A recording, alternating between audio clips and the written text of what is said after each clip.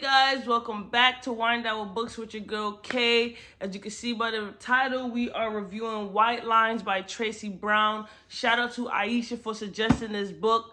I'm gonna get into how I feel about the book. The book is thick, and I saw online that there's a part 2 and part 3. You know I have to read it. When? That's the mysterious question. It's early in the morning, so I don't have any wine. Should have had a mimosa, but I'm just drinking some water right now.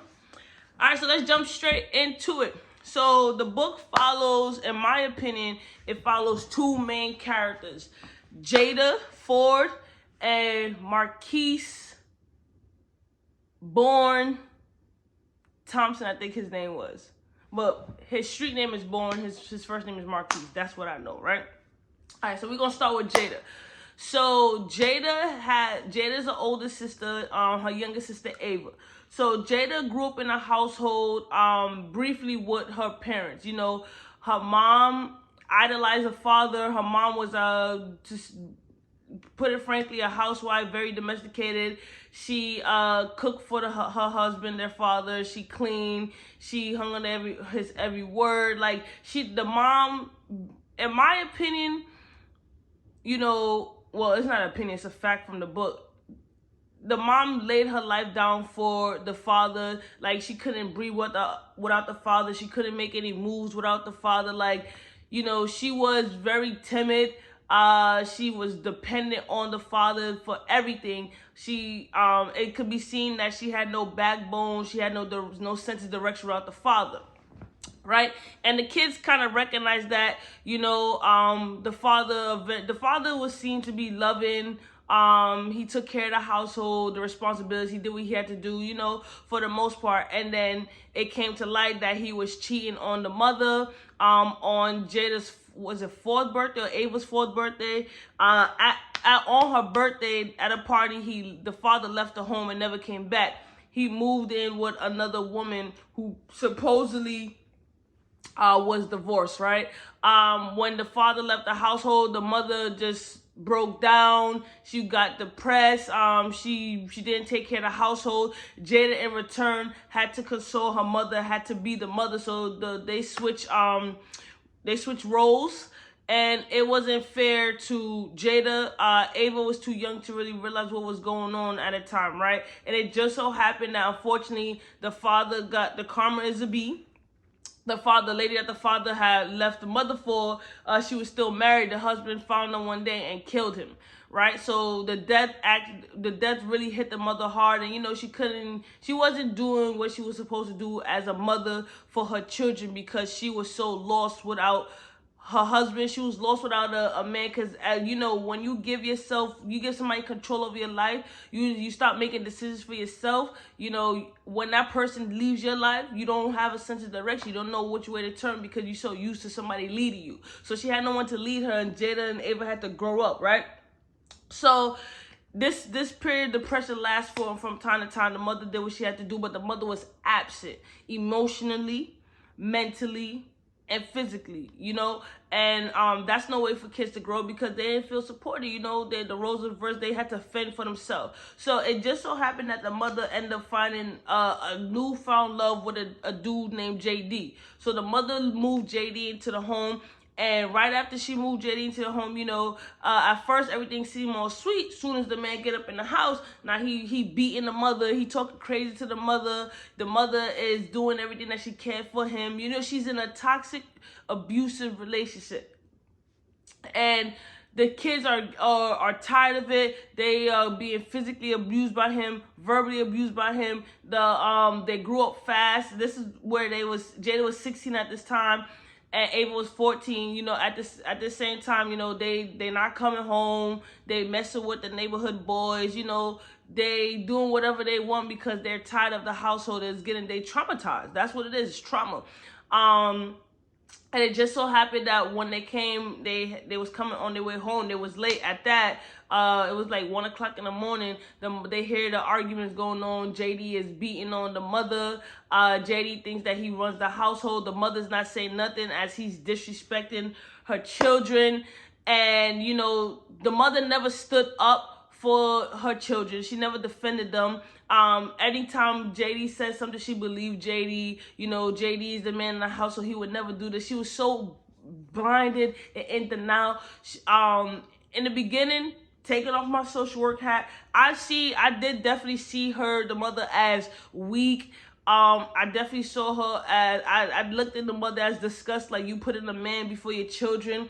These are your children, and you so wanting a man to be in your life so you could feel some kind of void and feel happy, that you neglected your children. I had no respect for the mother. And it was just, I was disgusted by the mother's character, I'm not gonna lie. Especially when Ava came and told her, like, yo, your boyfriend is verbally sexualizing me, and she's afraid of him, and she's afraid that he might move. It might move from verbal to physical. And the mother's like, you know, she denied it. She took JD's side. Ava then went into the bathroom and tried to commit suicide. Thank God she survived. Jada seen that and is like, yo, and she told her mother, like, you was never there, you're not protecting us. Like, how could you not believe your own children? And sad to say, this happens a lot of times. It just happens. Like, women are so willing to believe their man, that their man would never do that they neglect the fact that these are children that you pushed out of your womb. How can you not protect the children that you pushed out of your womb? That's what you're here to do. You chose to have kids. Granted, some kids do lie. I'm not gonna lie, but come on. It's not all the time they lying. Like, you gotta believe the children. Especially, you know, it's harder for children who are deemed to have behavioral issues or act out that the parents don't want to believe them. But just because they don't understand that the factors that's leading up to those behavioral factors or just seem to act out is the reason why they acted out. You get what I'm saying? That's the reason why. And the mother refused to see the role that she played in it. So after Ava committed suicide, tried to attempt suicide, the state moved her into a group home, and JD, Carmen's a B again. JD ends up, you know, wrapping himself around a tree because he was an alcoholic. He was drunk driving. So they moved from Brooklyn, shout out to Brooklyn, the best borough hands down, to Staten Island. So when they get to Staten Island, because that's where the group home was, and Ava was in a group home in Staten Island, they moved to an apartment in Staten Island. And, you know, Ava's doing better. It was the best decision for Ava, for her, not mentally, physically, emotionally, spiritually. Like, Ava needed to get out of the house when she's young. She was fed up living like that. She was super fed up, and the mother wasn't making any strides to help. You know, at this time, Jada is doing whatever she wants. She knows that she could run over her mother because her mother is not going to stand up to her. She talking crazy, right? So in Staten Island now, there's a neighbor that takes interest in Jada's mother, which is Jada's mother's name is Edna, right? So Edna now meets Mr. Charlie. Mr. Charlie seems charming. He's like the neighborhood man that everybody knows, quiet, lives by himself. He has a wife, but the wife don't live with him. And, you know, things are going good. Edna starts dating Charlie low-key on the low. And Charlie coming to the house. He's fixing things. He's taking care. Edna is in better spirits. She's getting happy again. Every time a man come around, that's when Edna's spirits pick up, because she feel like she needs a man to complete her. And side note, ladies, we do not need a man to complete us. It may be nice to have a man, but we do not need a man to complete us. The only love that we actually need is self-love. There's no love compared to self-love, in my opinion. I know people say, you know, having kids, that love is undeniable. Yes, but when you truly love yourself, that is a beautiful feeling. No one can take anything from you. No one can tell you who you are, because you know who you are, because you love yourself just for who you are. But anyways, back to the story, right? So now Edna's, you know, she's going out more with Charlie. She's happy. And Jada sees that, you know, Jada's low-key, she's still mad, but she's glad that, you know, Charlie is keeping her mother company. At the same time, Jada is running with the wrong crowd, right? She's smoking weed, she's drinking, she's having sex, she's doing all that. Meanwhile, you know, Ava, at the same time, Ava's trying to get help and trying to do better. She smokes weed here and there, but she was never out there like Jada. Jada is more so the outgoing type, the loud type. She's strong, she's stubborn. She goes after what she wants. She takes risks. Ava's more of the, you know, shy, stand in the back, you know. She'll talk to you. She got a little fights to her, but for the most part, she's not a risk taker, right? And she wants better for herself. Not to say that Jada doesn't want better for herself, but Jada had to grow up before her time, and she felt like she was all alone in the world. Her sister was away at the group home. The mother is absent. She's present, but she's absent, if you know what I mean. So she turns to the streets. One day she's chilling with a girl named Shantae. Jada thinking she's smoking weed. She not to come to find out, Jada smoking weed that's laced with crack. So Shantae's like, yeah, as long as it's laced with the weed, you know, we can't get addicted. So, you know, that theory, that's a dumbass theory. But they're young. Jada's gullible. She soak everything up. She's trying to learn from the streets. Shantae is from the streets. Shantae lives in the projects and all that. So, you know, Shantae sees that Jada is naive, so she's not gonna tell her the truth. You know, Shantae is, you know, hitting rock bottom, and she wants somebody to go with her, right? Can't respect a female like that. So, anyways, Jada keeps smoking. It was called a wooly or something, woola, something like that. Never heard of that shit. That must be some Staten Island shit. That's the borough that we don't go to. Follow by the Bronx. Let me stop. But yeah. So she starts getting addicted to the weed, and now she's moving from weed to just smoking straight up crack. So Mr. Charlie now sees the signs of Jada becoming a crackhead and going downhill. So Mr. Charlie decides that he's gonna keep Jada's secret from the mother. He's lying to the mother, like, you know, it's just changed behavior. She's not doing nothing. The mother sees, and the mother's like, you know, the mother is not telling Jada or trying to help protect Jada. She sees Jada and she feels like because she's never been able to protect Jada at all, and to be an actual mother, she doesn't have any say. So she lets Jada do what she wants. Jada believes that her mother doesn't know what she's doing. You know, the mother just, you know, at the end of the day, allows Jada to run her life. And you know, the mother just says she's gonna pray for Jada, right? So it got to the point, right? Mr. Charlie then told Jada, like, the place is how you can come to my apartment and smoke your crack. I'm not gonna judge you. So he never judged Jada for using. She was looking strung out. Jada was in the book, she's described to be a fine woman, body all that voluptuous. So now she's smoking crack, and you can see the signs in her appearance, right? So one day while Mr. Charlie is down there allowing Jada to smoke, I knew the old man, the little bastard, had ulterior motives. I'm just like, yo, there's no way this old man who's trying to be some nice dude is gonna allow a young 16-year-old to smoke crack in his house without him having a motive. It's not gonna happen. Like, it's not. Like, I knew it. I'm like, it's too good to be true. Long as we hope, I was right. Jada high as a kite on his couch. He take it as his mind you, he's having sex with Jada's mother, Edna, at that, right? Disgusting bastard. So now she high as a kite. He take it as an opportunity to start touching on her and all that. Long story short, she's so high on her mind that he stopped fucking her, right? And she think that it's feeling good, and she knows that he's doing it, but you know, she's not there. She's not herself. She's intoxicated. So after he's done, you know, he's just like, that was his chance.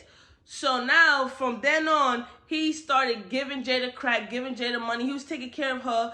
While he's doing this, he's having sex with Edna, taking Edna out. So one day, Jada's home. Mr. Charlie come to the apartment. The mother was on her way home from church, right?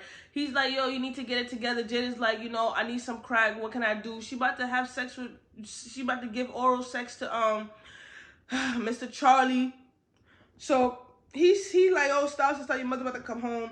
Next thing you know, Jada's on her knees. The mother come in, see both of them. The mother kicks Jada out. Jada moves in with Mr. Charlie. He's feeding her habit, this, that, and the third. Next thing you know, he stopped.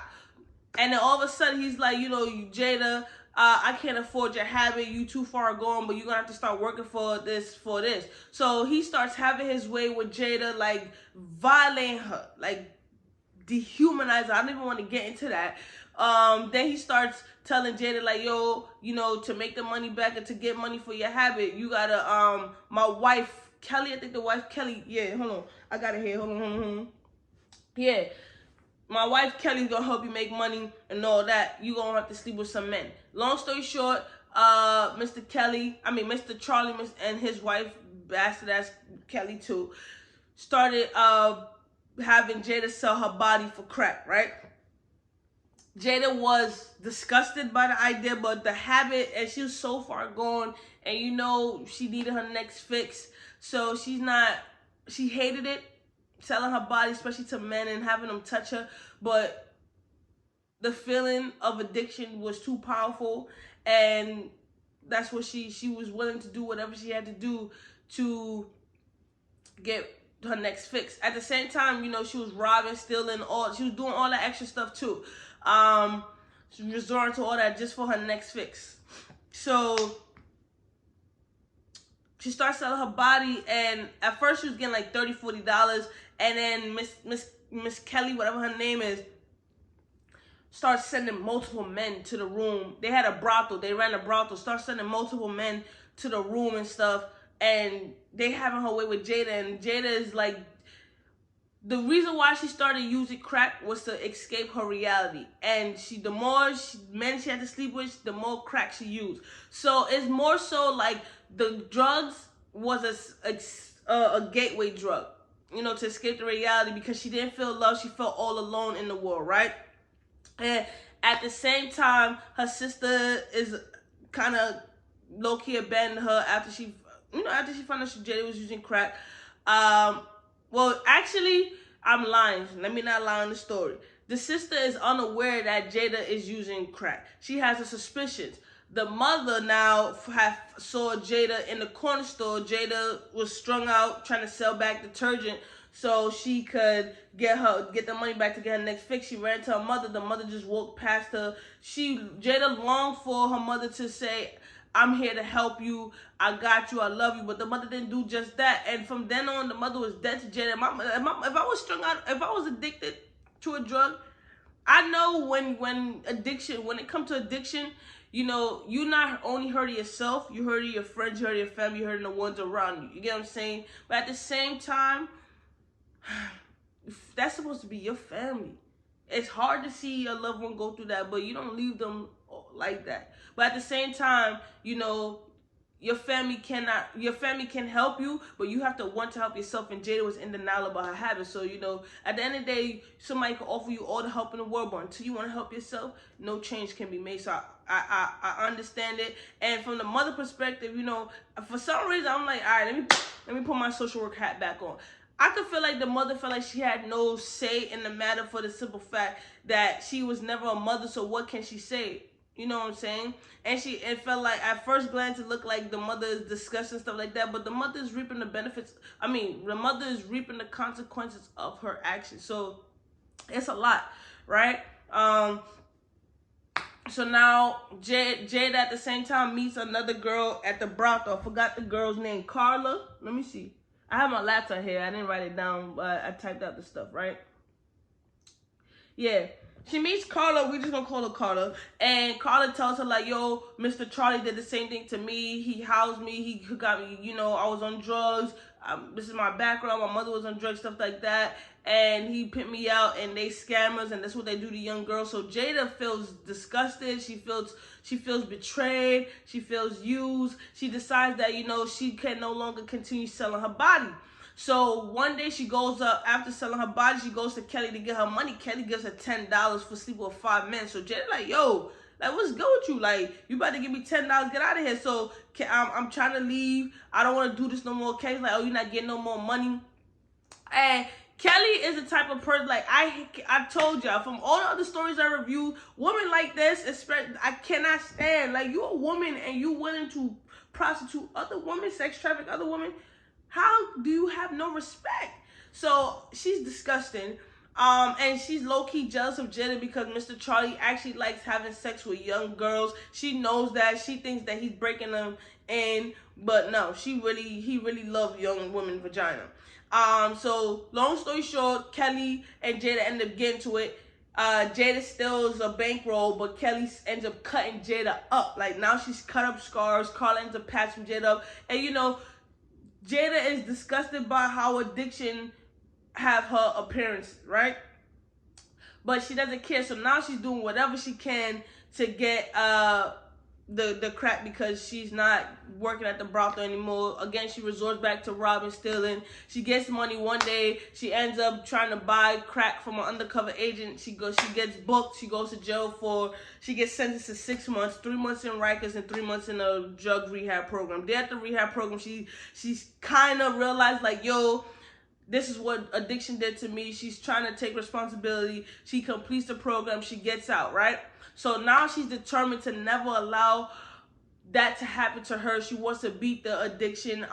But again, she gets out of jail, the rehab center. Actually, she goes to see Ava at the group home, but Ava's not there, right? She goes to see her mom. Her mom refuses to open the door. Like, the mom refuses. The mom didn't write her any letters while she was in jail. The mom never wrote back. None of that. So she's abandoned. She's all alone in the world. So I felt that, like, the whole story, Jada was all alone. She had to do it on her own. That's a young girl trying to figure out how to do it on her own, and she's in the streets. And that the drug epidemic was so crazy back then. So it's like, come on, she's all alone. She has no guidance, no love, no support from her family.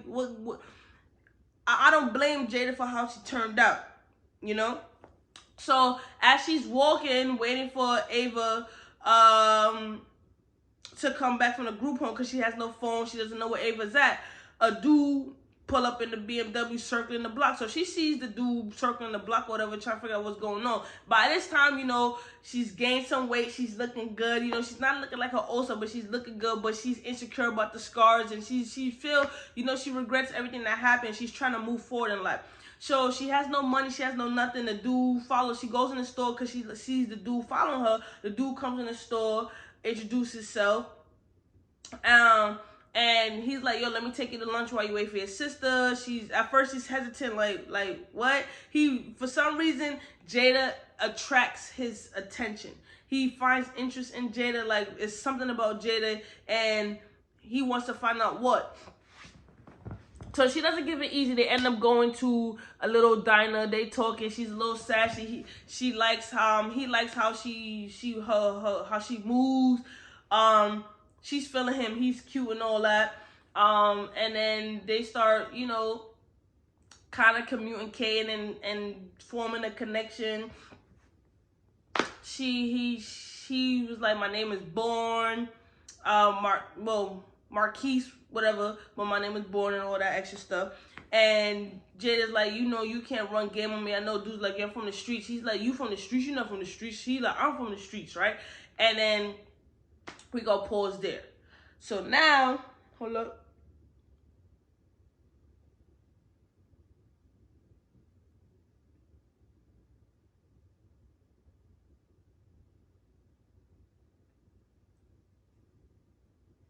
All right, so boom. So now, they start hanging out a little bit. I want to make sure the timeline's right. My bad, guy. They start hanging out a little bit more.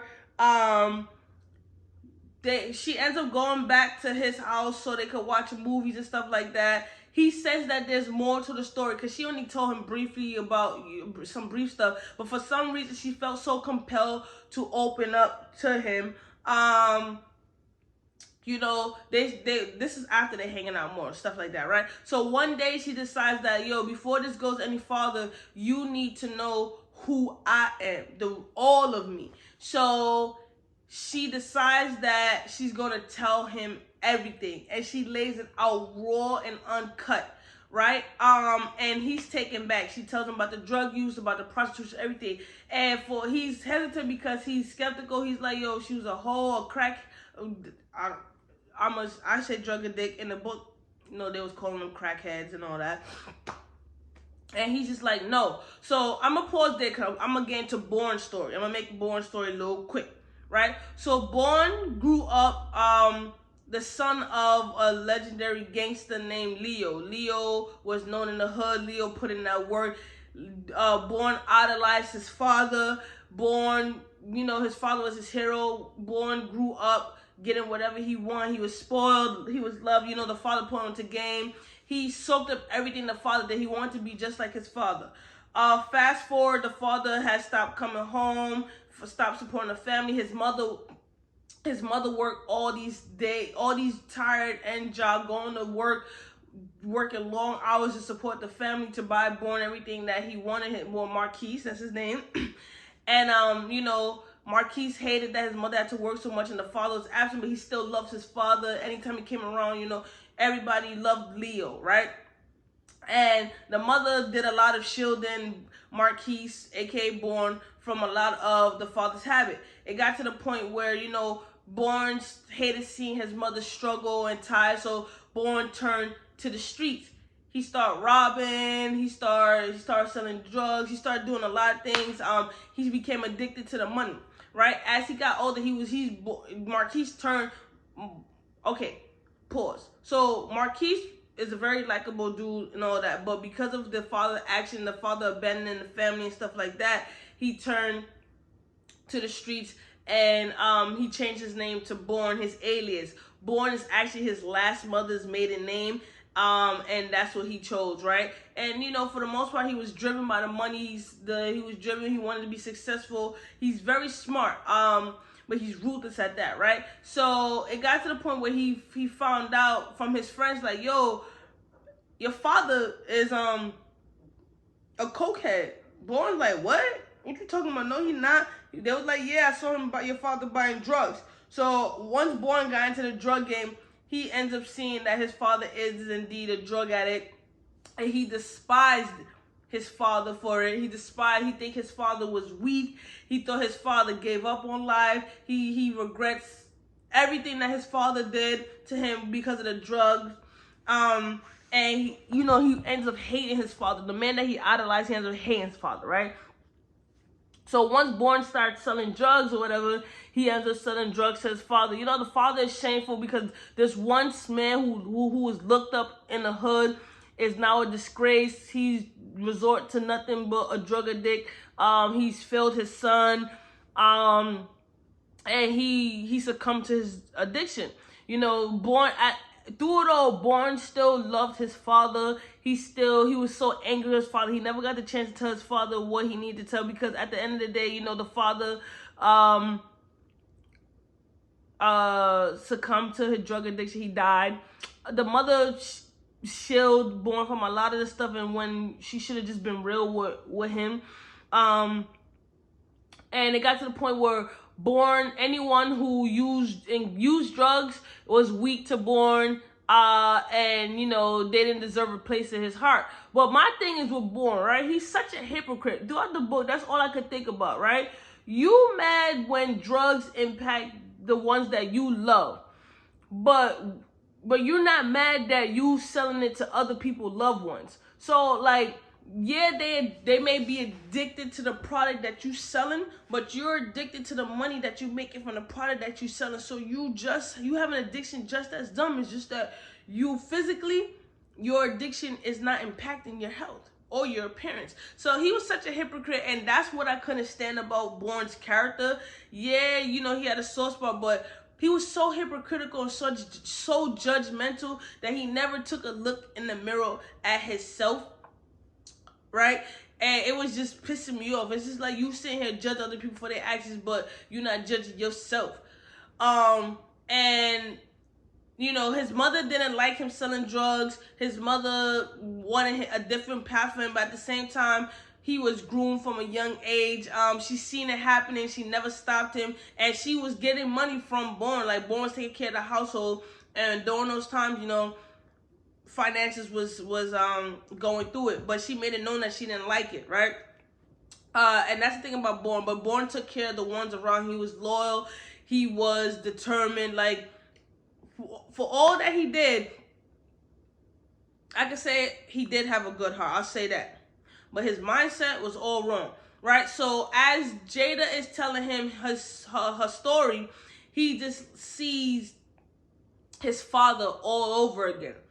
And he's just like, yo, I don't know if I could do this. She senses the hesitation, and she's like, yo, you want me to leave? But he's like, are you still addicted to drugs? Do you still have the craving? She's like, no, like I'll never do anything to hurt you. He opened up his heart one time to a young girl, he got hurt, so he never did it again until he met Jada. It's something about Jada. So she's like, I'm gonna love you. I'll never do anything to hurt you. I'm done with that drug addiction. Right? So he decides that he's gonna love her. He is going to accept her for who she is. He sees her as a changed person and she's doing better, right? So they moving together it's like a modern day Bonnie and Clyde. He's taking her to his drug spot, showing her the game, showing him getting his empire and stuff like that. He's making a name for himself. Then Bourne connects with another named Dorian. Dorian is an older guy. This time Bourne is like 23, 24, right? Dorian is about 30. Bourne sees how Dorian is living. They start getting close. Bourne and Dorian is like that. So one day, Bourne decided that he's going to invite Dorian to dinner because he wants to expand his empire and he needs the blessing from Dorian. He needs the product from Dorian. So they go to a nice little fancy restaurant and all that. And that's when he takes Jada with him, and Jada meets Dorian's wife, Sonny. Sonny's stunning, beautiful, all that.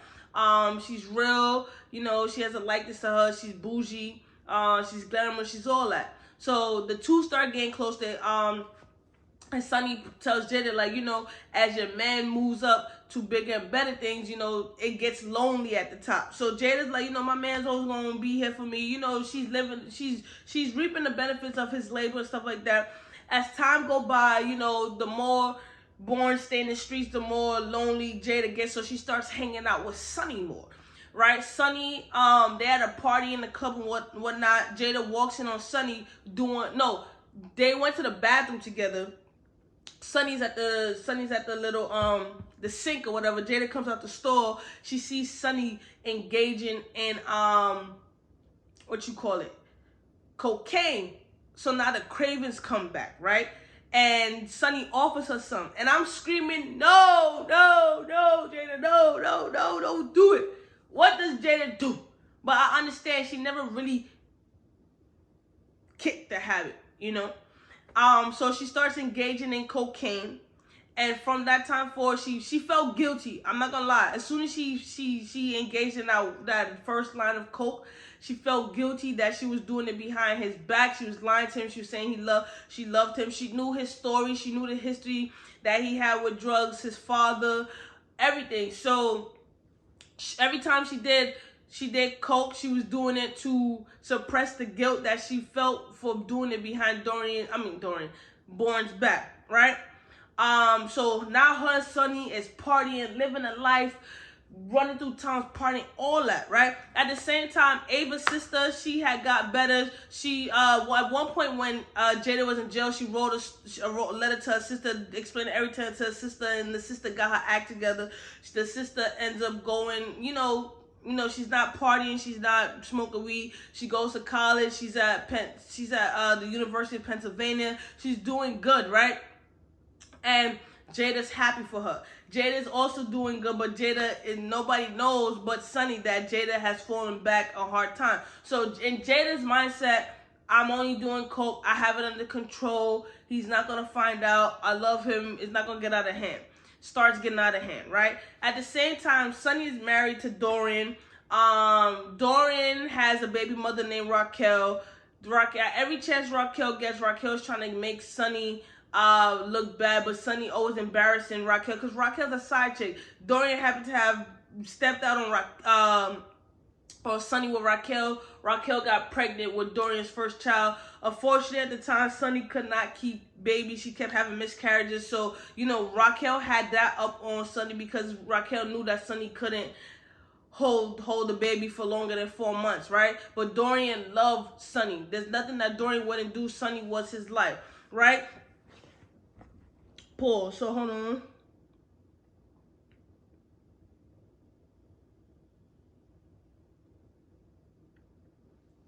All right. At the same time, right? Bourne ends up having beef with a childhood friend named Jamari. So Bourne was the type of person that he see you struggling, he's gonna help you out. He took Jamari in, gave Jamari clothes, all that, and Jamari ends up stealing $5,000 from him. And Bourne couldn't trust him anymore, right? But Bourne let him live, which is a mistake he will later live to regret. So now things are getting out of control. So Ava comes down to visit from college. She, long story short, this is the part that I like about Ava. Ava meets Bourne, Bourne meets Ava, and the both of them low-key have a crush on each other. They don't have sex or whatever, but Ava is jealous of Jada, that Jada could have a man like him and Bourne and someone that's going to take care of her and all that. One day, Jada's still hiding her drug abuse from everybody. Ava just happens to walk in on Jada when Jada's about to go into the bathroom and doing a line of coke. Ada's upset, like, you still a drug addict? I'm gonna tell Bourne. Jada's like, you just jealous of what I have. You gonna tell Bourne? That's none of your business. And from there they stop talking. Bourne try to figure out what's going on. So Bourne sees the mood changes in Jada, but he's not paying no attention to it. He doesn't think that she will go back to using drugs after she promised, and that she wouldn't do that. So back to Sonny and Dorian. It just so happened that Dorian had said that he was gonna leave Raquel alone. Raquel ends up shooting at Sonny one time, but Dorian couldn't leave Raquel alone. Raquel ends up putting her panties in Dorian's duffel bag one night when he goes home. He's supposed to be in Virginia, but he was with her. Sonny's like, I'm about to leave you. Dorian's like, I never left you when I found out that you was doing drugs. I never left you when I found out you was stealing from me. You stealing money, cocaine, all that from me, and I never left you. I stood by your side. So now she's taken back, like, oh, he realized that, because he started setting her Sonny up, doing tests, and she failed every test. He's like, listen, you have a problem, and I should have stopped it, and because I love you, we gonna work this out. I'm gonna stick beside you. I'm gonna get you the help that I need. So Dorian ends up getting Sonny the help that she needs. Sonny's doing much better. Sonny's not hanging out with Jada anymore. Sonny ends up getting pregnant. She ends up holding the baby longer past the 4 months, so she's happy. Dorian is still oblivious to the signs. It got to the point where, because at one point Sonny was supplying Jada with the product. Now that Sonny's clean, Jada has to find out another way. So Jada ends up making a copy of the key to Bourne's stash house. When nobody's looking, Jada will go to the stash house, skim product from Bourne, right? So it got to the point where Dorian was like, he gave Bourne a hidden message at his party one time. Was like, yo, keep an eye on your girl, something like that, right? But Bourne is not heeding the hidden message with that Dorian is saying, which is about the drug use, right? So it got to the point where, like I told you, Jamari and Bourne had beef, right? So now Jada's at rock bottom. Like, her appearance is crazy. She's wilding out.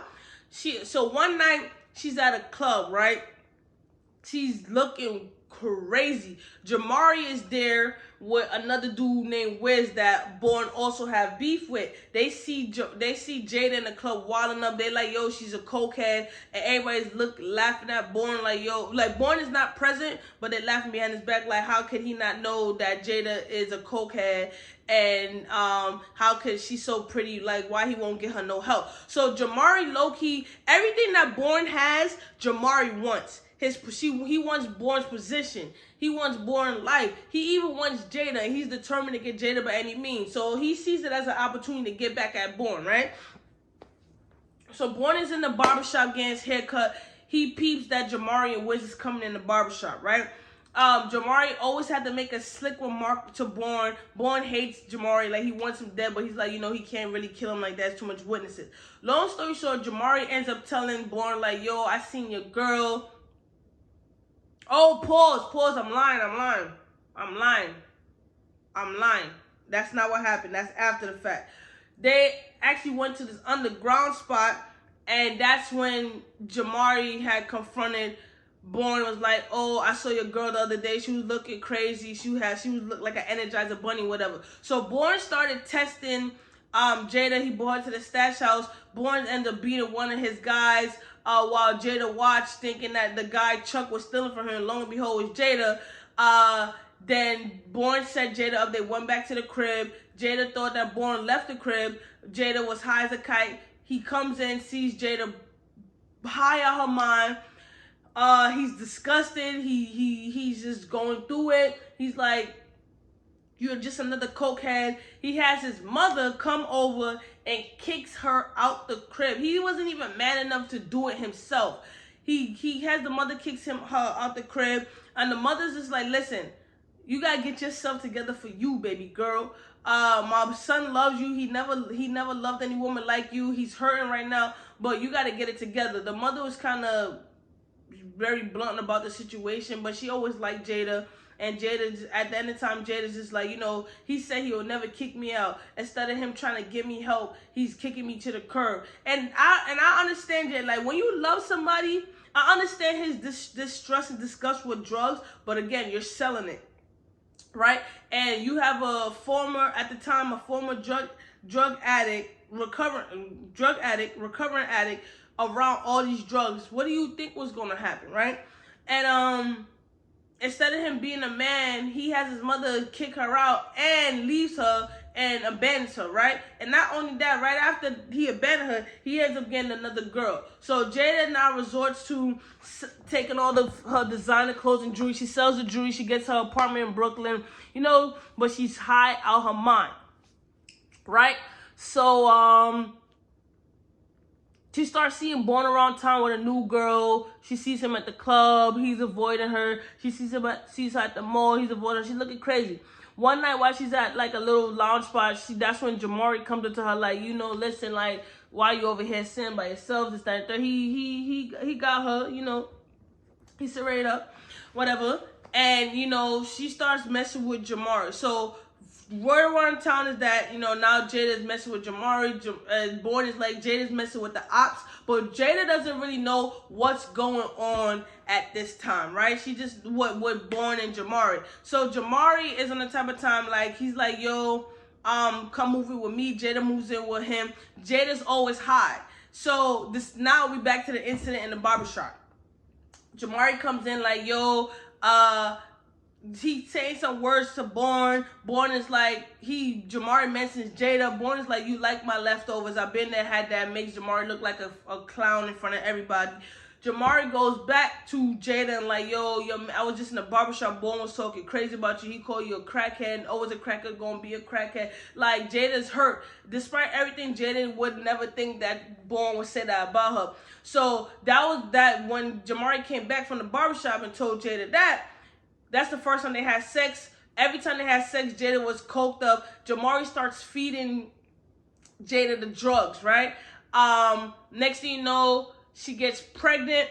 So she decides that she's going to keep the baby because Jamari acts. So she stays sober for about 4 or 5 months. And while she's sober, she realized like she don't really like Jamari. She can't figure out why Born and why Jamari don't like Born, like why he hates her so much.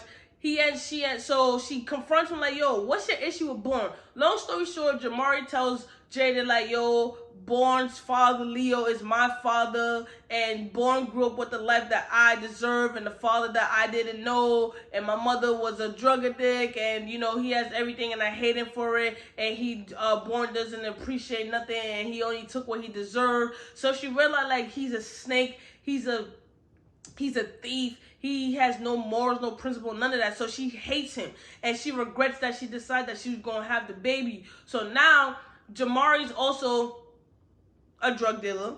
So because the block was hot, Jamari asked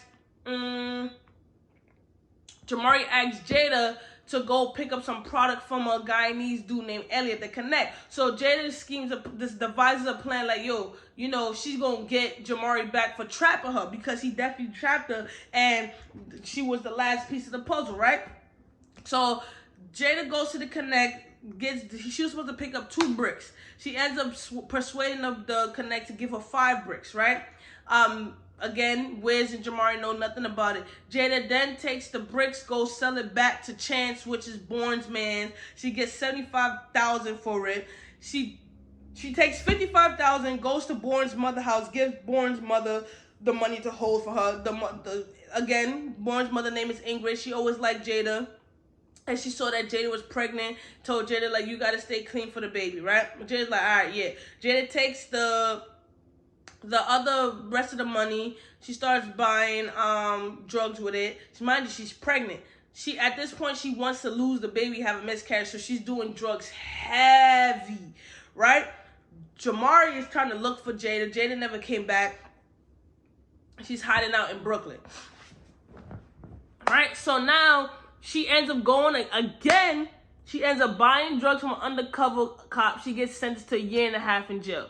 While in jail, she realizes, like, yo, she hate this nigga, right? So Jamari ends up pulling up to her on her sentencing day, like, yo, Jada, where's the money and all that? Like, I know what you did, bitch. Next thing you know, Jamari's like, I'm gonna get you back for this, right? So Elliot, now the guy needs to connect, he's after Jamari. So, cause he want his money, that's 90 bands. So Jamari knows that he's not gonna get the money back. Jamari ends up dropping a dime on Elliot to connect, right? Oh, pause real quick. Bourne at the same time, Bourne's with Anissa, but Bourne ends up going to jail as well. At the same time that Jada goes to jail because the DEA popped up at his crib for a raid.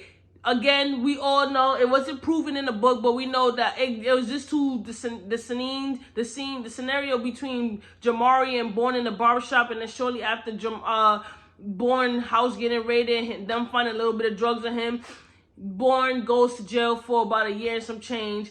And we know Jamari dropped a dime. Again, now the Connect all of a sudden got a price tag on Jamari and Wizhead. The Connect ends up getting a surprise raid on his house. So the Connect decided that he's gonna go out in a blaze of glory because he can't do life in jail. So the Connect ends up getting shoot down by the police. Jada reads about it and she's like, "Is this a coincidence?" She knows Jamari is a snitch, right? So he snitched on Bourne. He snitched on Elliot, the Connect. So now Jada feels guilty that she kind of got the Connect killed, which she really definitely did. Because of her actions, but she's just like, it had to be done. So while she's in jail, she ends up giving birth. They rush her to the hospital. She realized that, she wants her baby, and she realized that what she did to take all those drugs impacted the baby, because the baby started breathing multiple times. The baby came out a crack addict, addicted to drugs, and Jada's like in the hospital, like, I don't want the system to take my baby. I want my baby. She calls her mom to come take the baby. The mom is like, oh, I can't help you, this, that, and the third. Like, you got only God is in control of the situation. Jada hates the mother. She bangs it. Then at the same time, pause. I forgot this part. So with Sonny and Dorian, right? Like I said, Sonny was pregnant. At the baby shower, Raquel is obsessed and deranged. Again, that's the side chick. At the baby shower, Raquel comes, brings a gun. She wants to kill Sonny because Sonny is the denominator factor between her and Dorian, and she hates Sonny. She shoots at Sonny. Dorian jumps in, takes the bullet in his neck. Dorian dies. Sonny goes into hiding for mad long. She goes on a drug binge. She has the baby and stuff, but she's dealing with grief, whatever, but she ends up getting clean again, right? Her family helped her. So now Jada's mother won't take her baby. So Jada ends up calling Sonny's mother, Marisol. Marisol tells Jada that she's going to get in touch with Sonny, see what we can help. Sonny comes to the jail, tells Jada, like, I'm gonna do everything I can to help you. Fires Jada legal attorney, hires Jada a lawyer. Jada decides that she's gonna live for her son. It just so happened at the hearing, if she finds out that Jamari decided that he's gonna claim the baby after doing paternity test, and he's the sole parent.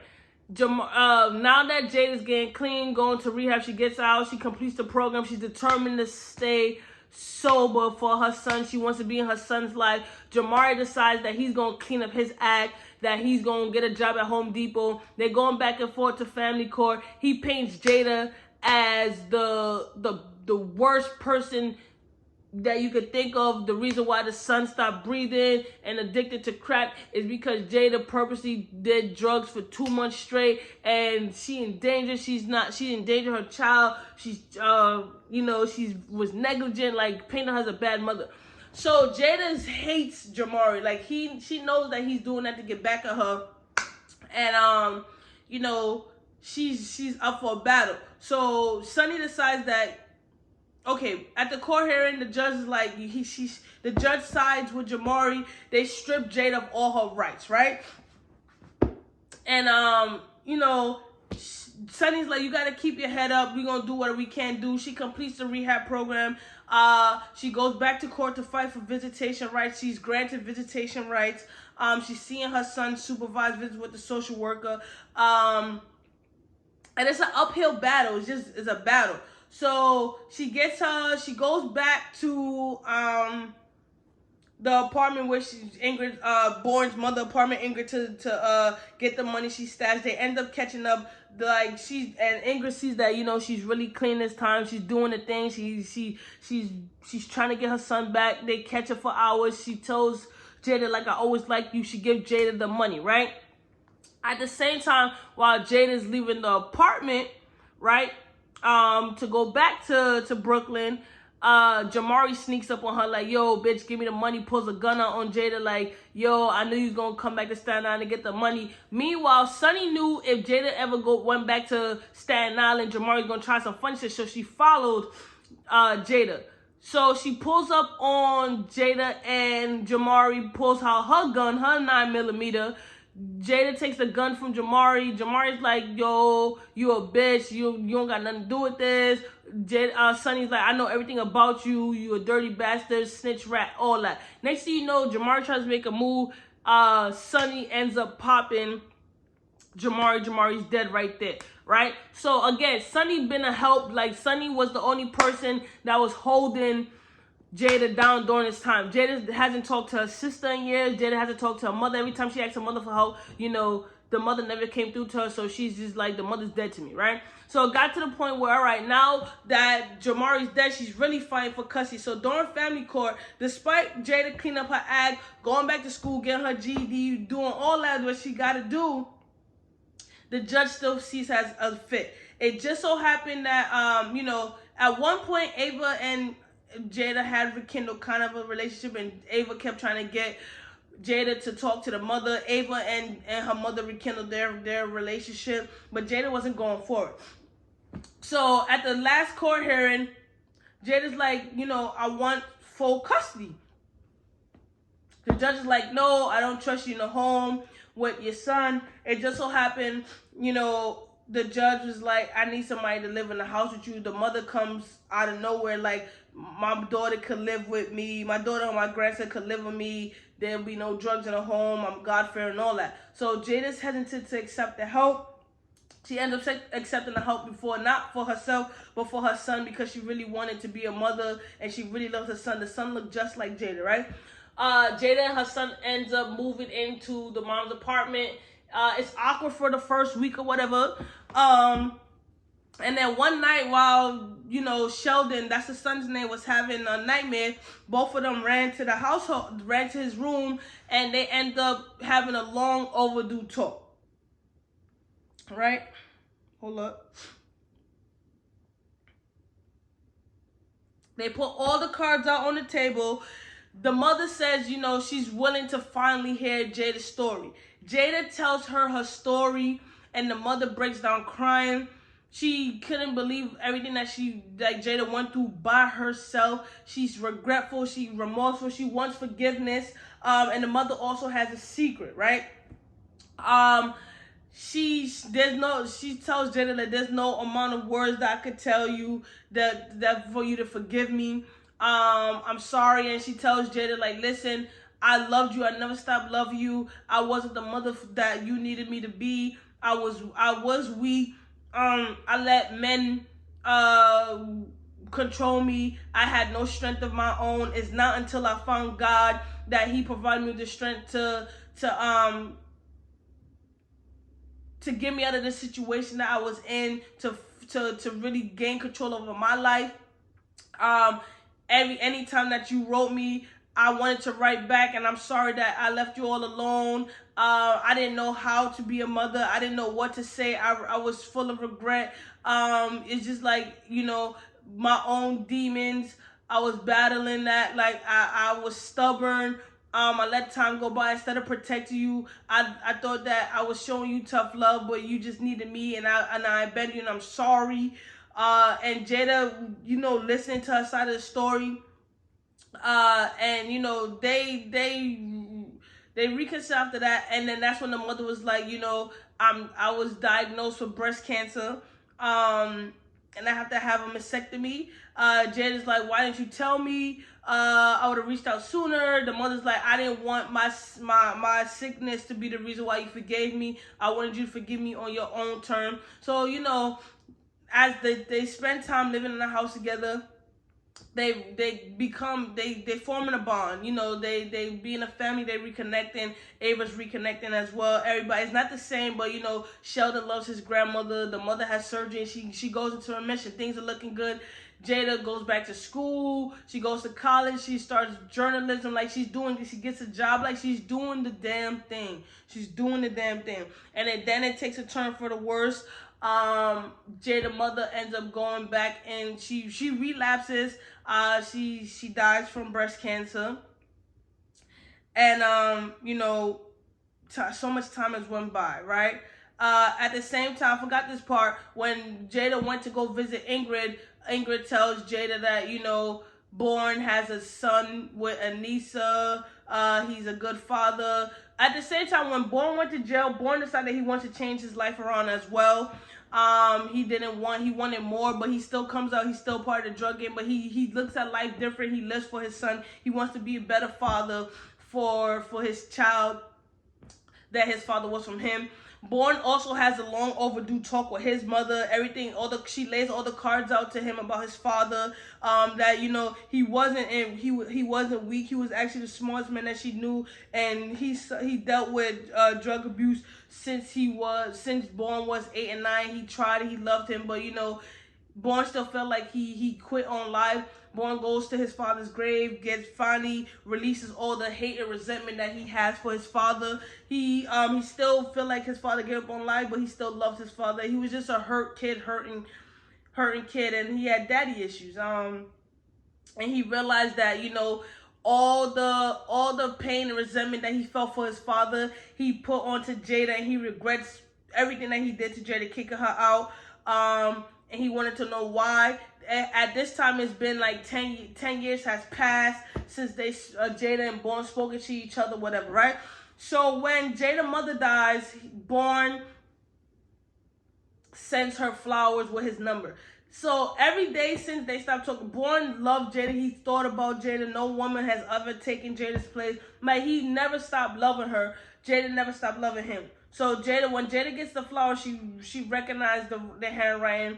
She's contemplating, reaching out to Bourne. At this time, Sonny is doing good. Jada's doing good. Jada moves out Jada had moved out the mother house and bought her own house with the money that she had took from Jamari. She's doing good. The kids are grown up. The kids are like 8 or 9. Sonny has been a helpful hand. Sonny's living lavish. Sonny's still mourning Dorian's death, but she decides that she's gonna be independent and starts doing something that she wants for herself. She starts modeling and stuff like that. Life is going good despite the mother's death. Jada ends up calling Bourne one day. They end up meeting for lunch. They lay all the cards out on the table. She tells Bourne, like, yo, listen, like, I was selfish. It wasn't about you. I felt guilty about taking the drugs. I was in denial. I mostly took the drugs to hide the guilt that I was hurting you, but it wasn't intentional. She tells Bourne, like, you kicked me out, you abandoned me. Bourne is like, I know, I'm sorry for that. Like, they lay everything on the table. Everything is raw and cut, and he realized why he liked Jada. Like, Jada was the best friend that he never had. She was always real honest. And they had the conversation that was needed. she invites Bourne back over to the house. At the same time, Bourne was a man of his word. Like, Dorian was really his man's. Dorian had the young son DJ from Raquel. DJ was being raised by Dorian's brothers, and they was trying to groom him for the streets. But Dorian knew, Bourne knew that Dorian wanted a different path for his son. The son also wanted to rap, so Bourne starts paying for, studio sessions for DJ. DJ winning competition. Bourne becomes DJ's manager. He's looking out for DJ, and DJ understands, why Dorian, his father, loved Bourne. And, Dorian would be happy. Bourne ends up trying to go legit.